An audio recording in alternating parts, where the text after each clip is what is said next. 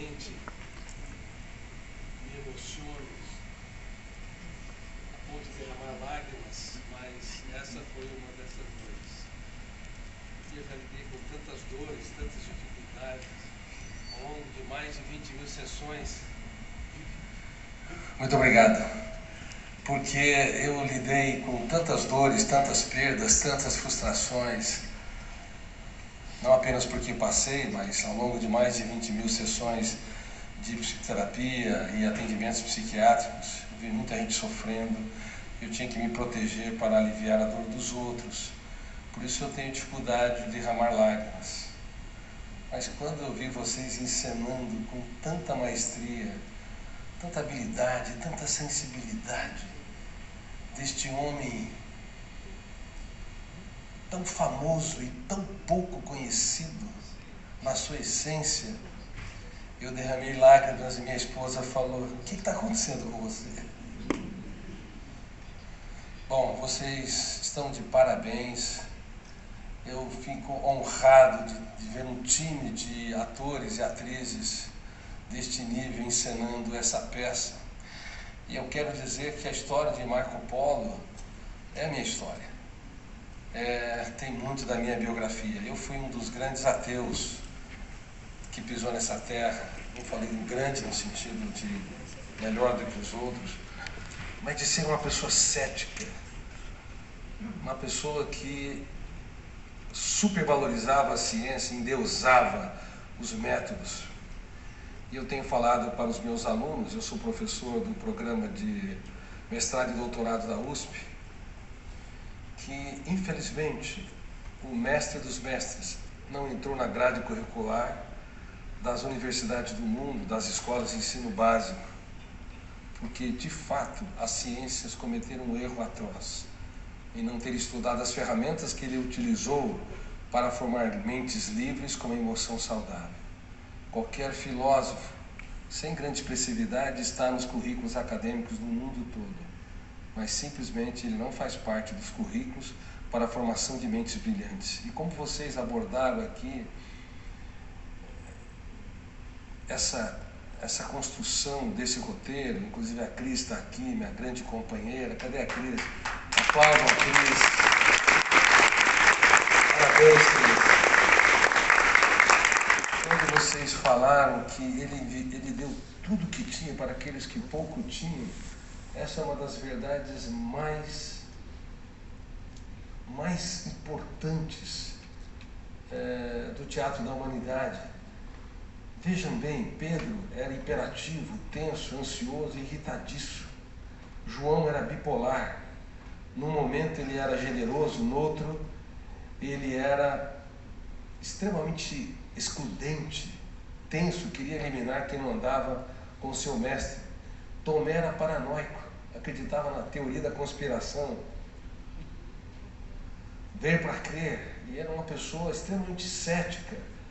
E Mateus, talvez nos dias de hoje, estivesse na Lava Jato.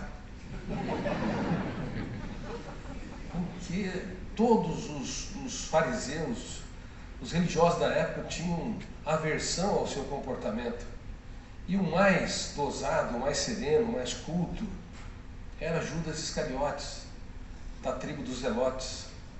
Só que ele tinha um grave problema, ele não era transparente.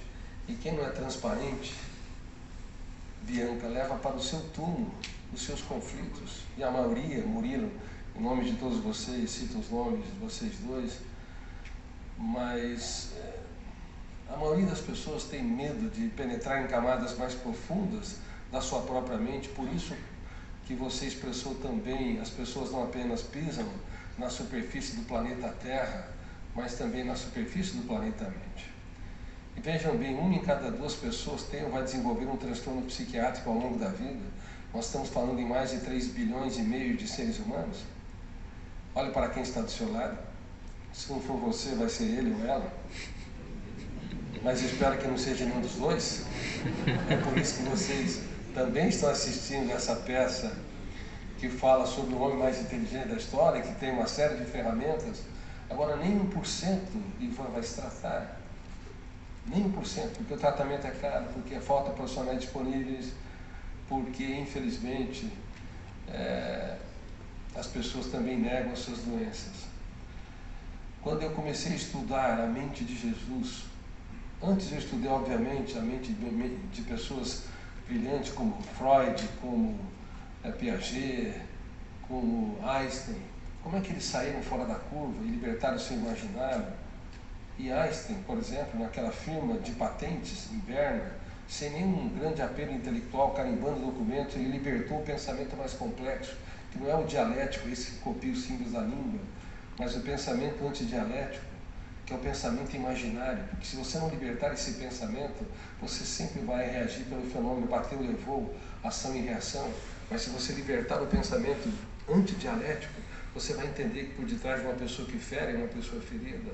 Você vai entender que é possível escrever os capítulos mais importantes nos momentos mais dramáticos da nossa existência, e você vai trabalhar o seu eu para impugnar pensamentos perturbadores nos primeiros 5 segundos, porque se você não fizer, eles são registrados e não podem ser mais deletados, e nós podemos acumular mais lixos no córtex cerebral do que nas cidades mais poluídas do mundo, e é por isso que há tantos transtornos mentais, e é por isso que está em expansão nessa era da intoxicação digital, o índice de suicídios entre crianças e adolescentes.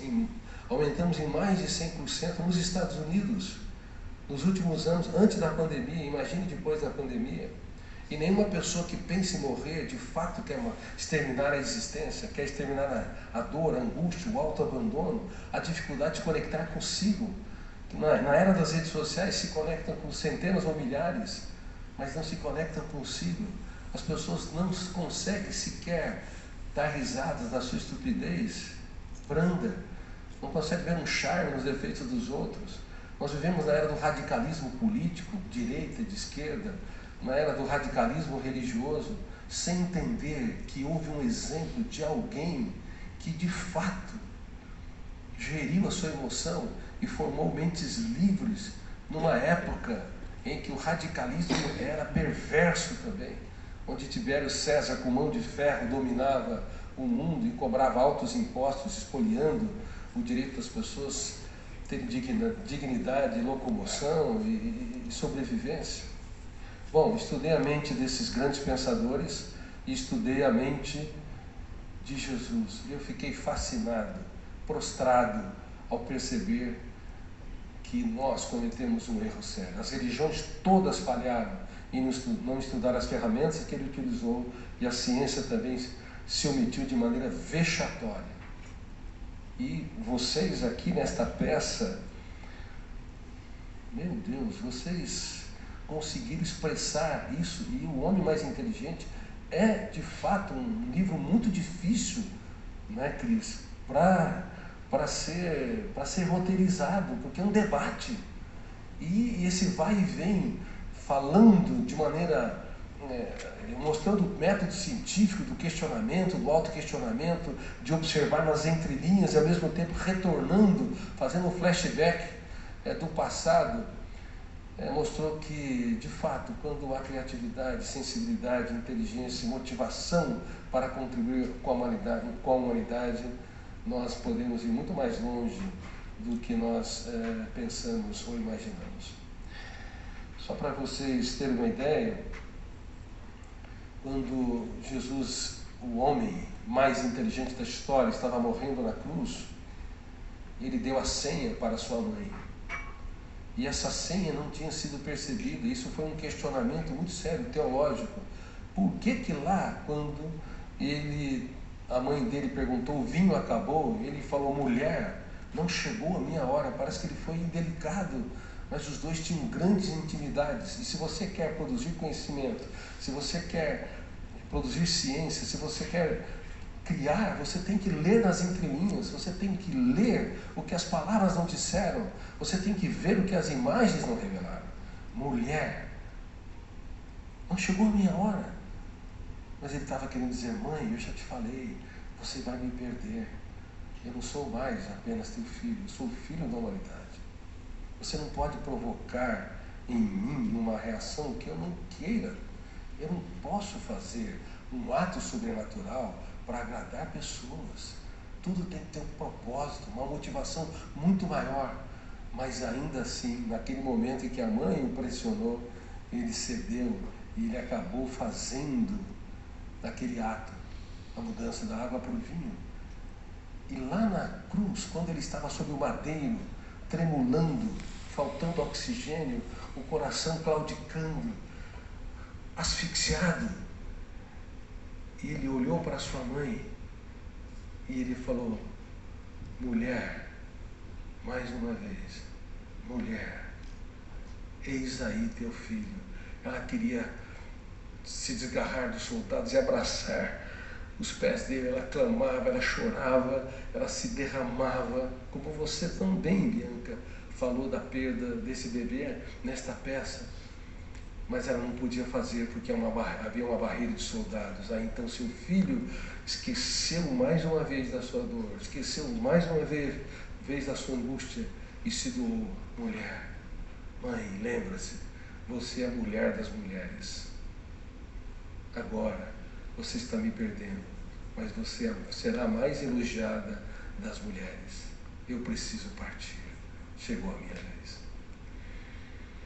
E quando tudo parecia culminar num desespero dramático, ele olhou para os seus torturadores e teve a ousadia de dizer: Pai, perdoa-os, porque eles não sabem o que fazem. Mas eles sabiam o que estavam fazendo. Eles cumpriam a peça condenatória de Pilatos. Ele estava sendo julgado, mas nunca alguém tão grande se fez tão pequeno para tornar os pequenos grandes. Ele abraçou aqueles torturadores e percebeu que por detrás de uma pessoa que fere, sempre há uma pessoa ferida. E que nós deveríamos, se quisermos ser uma espécie viável, pacificadora, que resolve os seus graves problemas internacionais, disputas e mais disputas comerciais, e também o preconceito cálido que nos asfixia, nós temos que aprender a nos fazer pequenos para tornar os pequenos grandes. Nós temos que aprender a nos doar, diminuindo a contrapartida do retorno, e entender que cada ser humano, por mais errático que seja, é um ser humano único e irrepetível. Não há dois seres humanos iguais a nós. E nós temos que aprender a valorizar a vida como espetáculo único e imperdível, porque a vida é um contrato de risco cujas cláusulas não são definidas. Eu, com uma certa frequência, dou treinamentos para magistrados, inclusive para a Polícia Federal. Eu abordo para todos os juristas que nenhum advogado aceitaria um cliente assinar um contrato se as cláusulas estiverem mal definidas. E pior ainda se não tiverem cláusulas. Mas todos nós assinamos um contrato sem cláusulas definidas. Um contrato, o maior de todos os contratos, o maior de todos os contratos de risco, a vida. Onde risos e lágrimas, fracassos e sucessos, aplausos e vaias fazem parte da nossa historicidade. Quando nós assinamos esse contrato? Quando?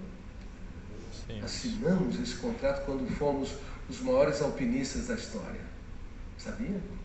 Os maiores nadadores do mundo, os maiores maratonistas, quando éramos uma célula metade, concorrendo com 40 milhões de espermatozoides, lutando pelo direito à vida, e há jovens no mundo todo que dizem que não pediram para nascer.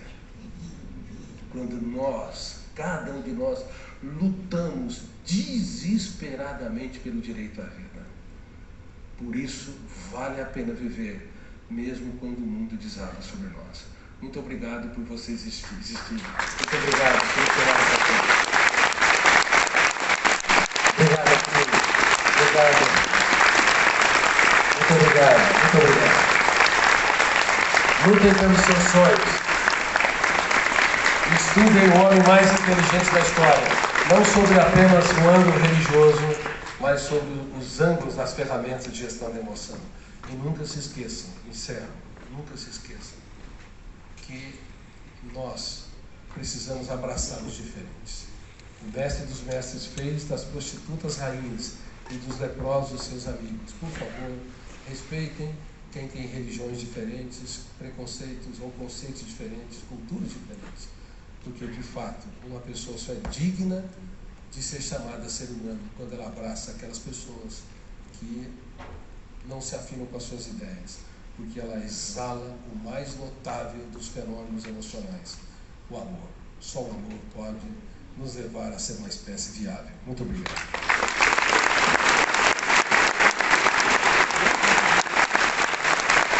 Obrigado a minhas filhas que estão aqui, a Carol e a Claudinha. Obrigado a minha esposa Suleima. Obrigada, querida. Você me estressou muitas vezes. Muito obrigado. Obrigado aos meus genros, aos meus netos.